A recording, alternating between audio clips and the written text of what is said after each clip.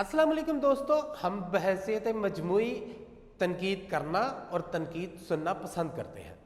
हम किसी भी चीज़ में, वो चाहे वो कोई क्रिकेट का सुपरस्टार हो, कोई पॉलिटिशियन हो, कोई सरकारी मुलाजिम हो, हम उसकी पॉजिटिव चीज़ों को छोड़ के उसमें उसकी खामियां तलाश करते हैं और हम ये सुनना चाहते हैं कि उसकी खामियां क्या हैं, या हम लोगों से उसकी बैक बाइटिंग करना चाहते हैं। हम उसकी पॉजिटिव चीज़ों को बिल्कुल ही नज़रअंदाज कर देते हैं। कप्तान बाबर आजम ने आज से 2 दिन पहले जब उन्होंने श्रीलंका को शिकस्त दी और एक फ़ैन ने उनसे शर्ट मांगी, तो उन्होंने वो शर्ट उतार के उस बच्चे को दे दी। ये एक गुडविल जेस्चर होता है एक प्लेयर का, और एक बड़ापन होता है एक प्लेयर का कि उसका फ़ैन उससे किसी चीज़ की डिमांड करे तो वो किसी भी चीज़ को देखे बगैर, वो शर्ट हो, वो आप कोई रिस्ट बैंड हो, कोई इस तरह की जो भी चीज़ें हो, वो अमूमन फ़ैन मांगते हैं और प्लेयर उनको दे देते हैं। अब उसमें सबसे बड़ी बात ये निकली कि जब उन्होंने ये शर्ट उतारी तो उन्होंने नीचे एक वेस्ट पहन रखी थी। अब सोशल मीडिया की वेबसाइट पर उसके ऊपर इतना तूफ़ान बदतमीज़ी जो वो शुरू हुआ कि ऐसे ऐसे अल्फाज इस्तेमाल किए गए कि मैं यहाँ पे आपको वो अल्फाज बता भी नहीं सकता। अगर मैं बड़े मुहतात अल्फाज में आपको वो बात बताऊं तो आप ये समझ लें कि उसमें यहाँ तक लिखा गया था कि बाबर आजम ने लेडीज़ अंडर गारमेंट्स पहन रखी हैं। अल्लाह के बंदो, वो एक सेक्शन वेस्ट होती है, वो हर प्लेयर यूज़ करता है, और ये सेक्शन वेस्ट जो है ये एक प्लेयरों के लिए फिज़िकल जो आपके ट्रेनर्स होते हैं, आपके जो डॉक्टर्स होते हैं, फिजियो होते हैं, उनके लिए किसी इनाम से कम नहीं है। आपको बोलने से पहले सोचना चाहिए। हमारी हदीस भी है कि पहले आपने जो सोचा है उसको तोलो और फिर बोलो। आप पहले बोलते हैं फिर तोलते भी नहीं उसको, आप माफ़ी भी नहीं मांगते हैं। वहाँ पर इतनी बदतमीज़ी की गई कि मैं अल्फाज में उसको बयान नहीं कर सकता। सिर्फ मैं आपको यही कह सकता हूँ कि तनकीद बराए तनकीद पे ना जाया करें, या आपको अगर फ्रीडम ऑफ एक्सप्रेशन है इन सोशल मीडिया वेबसाइट पर, तो आप उसका दुरुस्त इस्तेमाल करें, ना कि आप उनको गलत सिर्फ चीज़ें लेने के लिए आप इन चीज़ों का इस्तेमाल करें। अब वो सेक्शन वेस्ट जो होती है वो सिर्फ क्रिकेटर नहीं, दुनिया खेल की दुनिया के जितने भी प्लेयर हैं मोस्टली वो अपनी फिज़िकल फिटनेस को जांचने के लिए फिज़िकल ट्रेनर, वो सब लोग अपने प्लेयर्स को ये पहनाते हैं कि उसमें आपका ब्लड प्रेशर आ रहा होता है, आपने कितनी मूवमेंट की है, कितना पैदल चले हैं, कितना भागे हैं, कितनी आपकी जो अभी ट्रेनिंग चल रही है उसमें कितने फ्लॉज हैं, वो एक कंप्लीट डेटा आपको प्रोवाइड करती है। और फिजियो जो होते हैं और जो फिज़िकल ट्रेनर्स होते हैं वो फिर उसको एनालाइज करके आपका एक ट्रेनिंग चार्ट बनाते हैं, जिससे आपकी जो फिटनेस है वो मज़ीद बढ़ जाती है।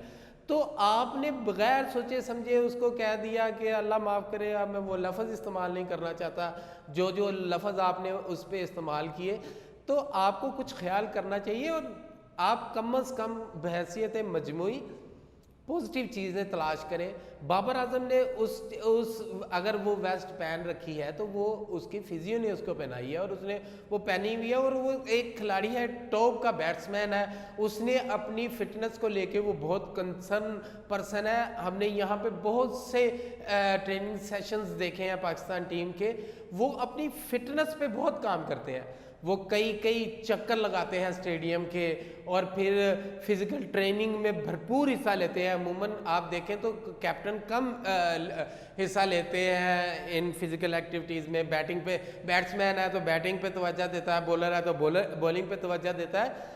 बाबर आजम जो है वो अपनी फिटनेस पे बड़ा कंसर्न रखते हैं और उसको बड़ी अहमियत देते हैं।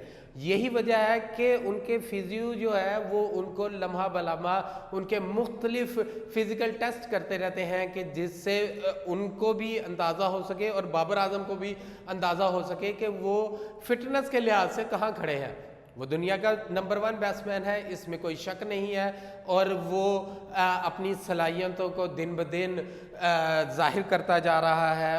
وہ واحد ایسا کپتان ہے پچھلی، اگر پاکستان کی کرکٹ ہسٹری دیکھی جائے، کہ اس سے بہتر کپتان آپ کے پاس ابھی تک نہیں آیا کہ جس نے ٹیم کو اتنا یونائٹڈ رکھا ہو کہ اگر آپ نے کسی نے اس پہ سازش کر کے آپ کو کپتانی سے ہٹانے کی بات کی تو کوئی پلیئر کپتانی لینے کو تیار نہیں تھا۔ آپ کو یاد ہوگا کہ افغانستان سیریز کے میں شاداب خان کو کیپٹن بنایا گیا تھا، تو انہوں نے بھی پریس کانفرنس میں، جب پاکستان سیریز ہار گیا تھا، تو انہوں نے بھی اپنی پریس کانفرنس میں یہ کہا تھا کہ آپ کو اندازہ ہو گیا ہوگا کہ اس ٹیم میں بابر اعظم اور محمد رضوان کی کیا اہمیت ہے۔ تو آپ تنقید برائے تنقید کی بجائے تنقید برائے اصلاح کریں تو ہم سب اس کو ویلکم کریں گے۔ اب دوسری بات آپ سے یہ شیئر کرنی ہے کہ پی سی بی میں میڈیا ہیڈ آئے ہیں عمر فاروق کالسن، ان پہ بڑی تنقید ہو رہی ہے کہ وہ اس چیز کی اہلیت نہیں رکھتے۔ کوئی بھی آدمی ماں کے پیٹ سے سیکھ کر نہیں آتا۔ آپ اگر اس کی صلاحیتوں کا اندازہ لگانا چاہتے ہیں تو انہوں نے ایک سٹوری بنائی تھی رائز آف دا فیلکن، جو شہنشاہ افریدی پہ تھی۔ آپ وہ سٹوری دیکھ لیں تو آپ کو جو پروفیشنل ان کی صلاحیتیں ہیں ان پہ آپ کو دوبارہ بات کرنے کا موقع نہیں ملے گا۔ ان کی ایبلٹیز آپ کو اس ویڈیو میں مکمل نظر آئے گی۔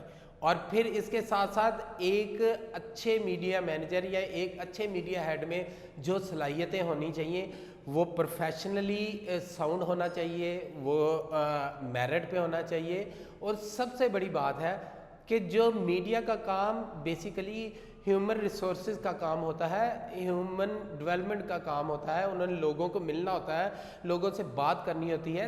سب سے بڑی بات جو ہوتی ہے وہ ایک میڈیا ہیڈ میں پروفیشنل صلاحیتوں کے علاوہ ایک اخلاق کا جو سب سے اہم پہلو ہے کہ ان کا اخلاق بہت اچھا ہونا چاہیے۔